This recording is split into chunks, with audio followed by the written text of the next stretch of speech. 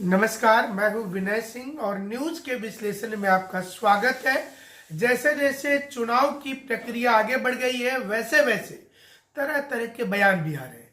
इरफान अंसारी के ऊपर SC/ST act लग गया, लेकिन वही दूसरी ओर जो मामला रिजेक्टेड माल वाले बयान से शुरू हुआ था उसमें अब नया मोड़ आ गया है। कांग्रेस की ओर से सीता सोरेन और बीजेपी के खिलाफ 100 करोड़ के मानहानि का नोटिस देने की तैयारी की जा रही है। जो कांड संख्या है उसका जिक्र भी किया गया है। इस पर पूरा विश्लेषण होगा।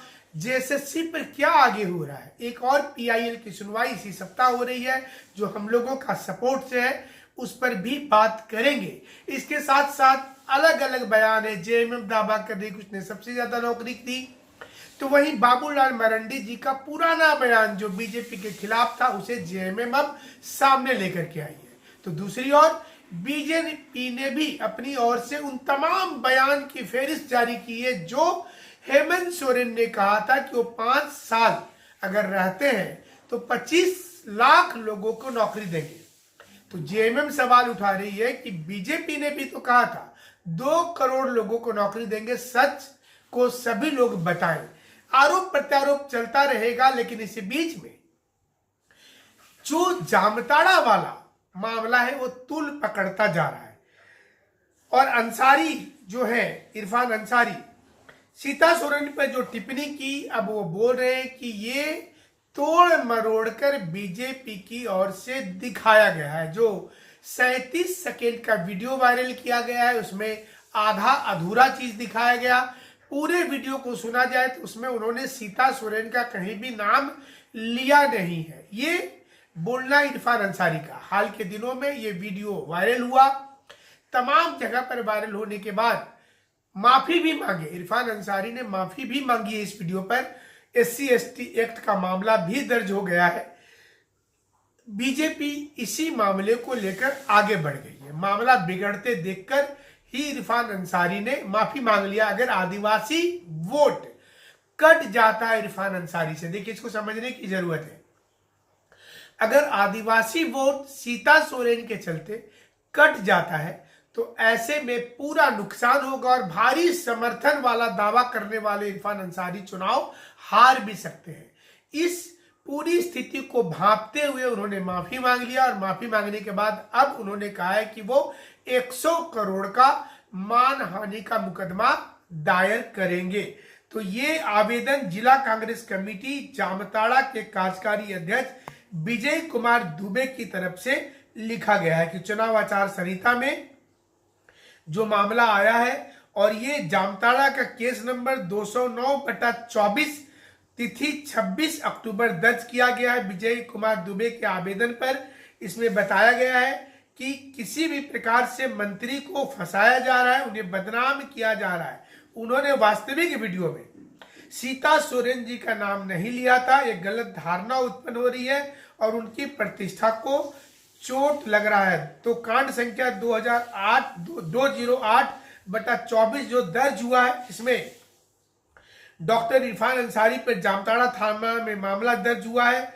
उसी का जवाब देने के लिए कांग्रेस की ओर से भी काउंटर केस किया गया है। और इधर जो दुमका वाला जो पूरा मामला था उसमें जब ये पूरा मामला जब आया सामने तो जामताड़ा तक, ये जामताड़ा से मामला शुरू हुआ, दुमका तक चला गया। और जामताड़ा में जब सीता सोरेन की बेटी जयश्री सोरेन ने एक बयान जारी करके कहा कि क्या ऐसी भाषा का उपयोग करना सही है उनकी मम्मी के लिए, उन्होंने कहा कि उनकी मां को जिस प्रकार से अभद्र टिप्पणी किया गया, तो सोशल मीडिया में रिजेक्टेड माल वाला बयान तेजी से वायरल हुआ। लोगों ने यह भी लिखना शुरू कर दिया कि इरफान अंसारी को यह भी बता देना चाहिए कि अगर सीता सोरेन रिजेक्टेड माल है तो फिर सिलेक्टेड माल कौन है। ये बयान सोशल मीडिया में तेजी से चल रहा है और इसमें इरफान अंसारी बुरे प्रकार से घिर गए। घिरने के बाद उन्होंने माफी मांगा। जयश्री सोरेन ने भी इस मुद्दे को बखूबी उठाया, बेहतर तरीके से प्रस्तुतिकरण किया। कल उनका भी वीडियो आया और उसके वीडियो आने के बाद भी लोग कमेंट लिखना शुरू कर दिए। इरफान अंसारी को पता है कि एक छोटी सी उनकी अगर ये भूल हो गई है तो इससे भारी नुकसान होगा। हालांकि वो विवादित बयान के लिए ही जाने जाते हैं, हमेशा कुछ ना कुछ बोलते रहते हैं। हाल ही में वो बोले थे कि किसका इतना औकात है, किसका इतना दम है कि जेएसएससी सिजल रद्द कर देगा, किसी ने आज तक पैदा नहीं लिया। इस प्रकार के बयान वो लगातार दे रहे हैं। इसी बीच में जेएसएससी सिजल को लेकर एक और खबर है कि इसी सप्ताह दीपावली के पहले एक और पीआईएल की सुनवाई है, जिसमें हम लोगों ने पहले से जो किया था पीआईएल, उसका भी डेट है। फिलहाल कॉन्फिडेंशियल इसको रखा जा रहा है, लेकिन ये सुनवाई में एजेंसी को लेकर के मामला है और रिपीटेशन ऑफ क्वेश्चन को लेकर के मामला है। और यूट्यूब पर तरह तरह की चीजें आ रही है। प्रतिदिन 12 अक्टूबर से शुरू हुआ है कि 12 तारीख को रिजल्ट आएगा, 13 तारीख को रिजल्ट आएगा, 14 तारीख को रिजल्ट आएगा, 15 को आएगा। ऐसे करते हुए हर 1-2 दिन में एक वीडियो आता है कि इतना तारीख को रिजल्ट आएगा। कभी ना कभी तो रिजल्ट आएगा।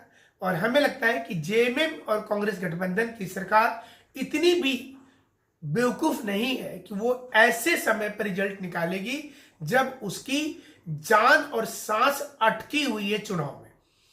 रिजल्ट आगे निकालेगी नहीं निकालेगी सरकार के लोग समझेंगे, लेकिन अगर अभी रिजल्ट निकालने का जोखिम लेते हैं तो इससे बड़ा कोई भी बचकाना कदम माना जाएगा। और इससे वो जानबूझ करके वो लोग भी प्लानिंग कर चुके हैं कि चुनाव हारेंगे और इसलिए सब कुछ कर रहे हैं।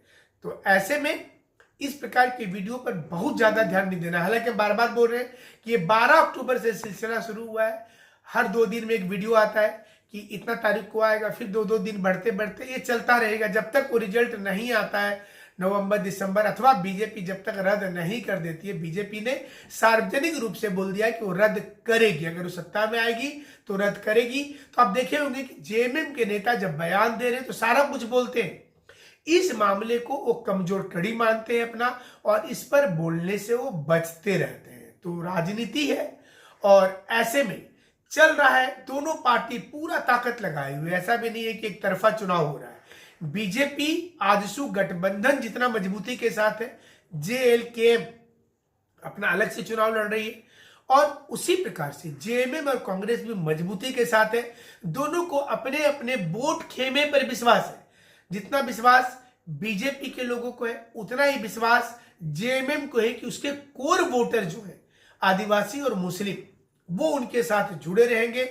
और बीजेपी को लगता है कि इस बार घुसपैठिया वाला मुद्दा और उससे आदिवासी छिटकेंगे और युवा जो है नाराज है वो बीजेपी की ओर आएंगे। और इससे बीजेपी को जो पहले से जो परंपरागत वोट है उनका, उस वोट के अलावा ये वोट अगर उनके साथ जुड़ जाता है, आजसू का भी इस बार गठबंधन है, तो बीजेपी को लगता है कि वो इसका फायदा जरूर लेंगे। फिलहाल हर जगह की बारीकी से हमारी नजर है और सब कुछ आपके साथ ला रहे हैं।